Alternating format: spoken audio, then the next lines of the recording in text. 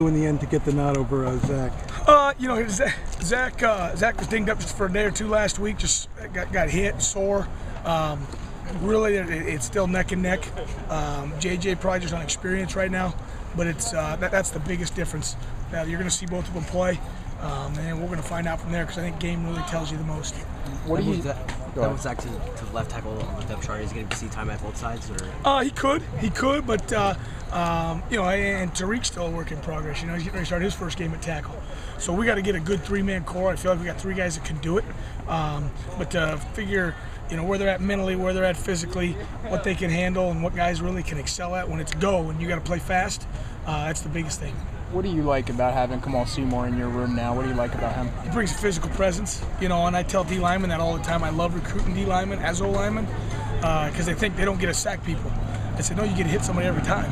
And when they realize that they can play physically and put guys on the ground every snap, they enjoy it. And he's loved moving over. He's been very positive, but he brings a physical presence that actually raises our level in the group.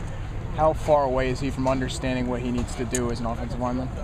He understands the basics. He's a really smart kid. He handles his classes well. He's a football IQ guy, and he just got to play a little faster. So honestly, I'd like to get him in as soon as we can to get some reps, just slow his brain down. But I want to make sure he's out there so guys are safe and not going the wrong way. And he's getting close. He's put a long pass. Coach, you said in camp you were looking for 8 guys solid that you would have in that rotation. Are you happy with where you are beyond the starting 5? Yeah, I feel like we've got guys. I feel like we have 8 or 9 legitimate Big Ten linemen. I don't know where we're at on all conference guys yet, but we got guys that are playing well together. We've got some good leadership guys. We got some good physical guys. We got some chemistry that's really starting to come together. I think we have 8 guys for sure. We'll bring Kamal along, gets us to 9.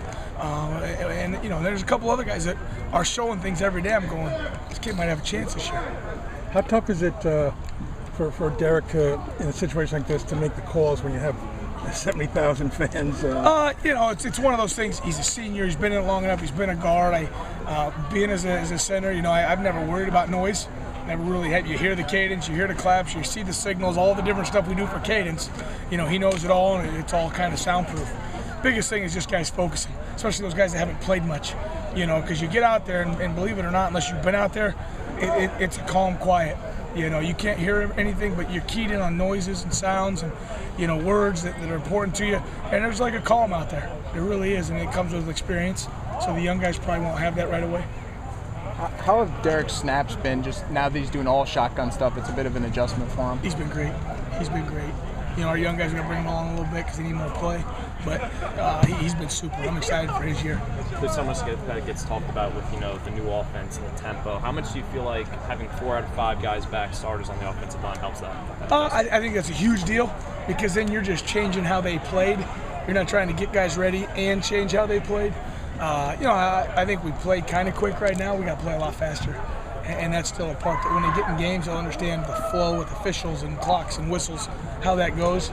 It's a little tougher to simulate in practice every day. How many bumps in the road do you expect in this first game, just getting used to the new play style? Coach hit on it today with our guys. There's going to be ups, there's going to be downs. How do you handle the pros, the cons, new staff? There's a big buzz about things. We're excited to go. They're excited to play. That first bump's going to happen. There's going to be some positives, and can we just move on, or are we going to stay excited? There's going to be a bump in the road. Are we going to let it kill us for the next drive, or hey, next play, move on? It's a short-lived game, and it's one play at a time, and guys can say that, but until they really understand how that works, it's part of their coming of age as a team. Thanks, guys. Good to see you again.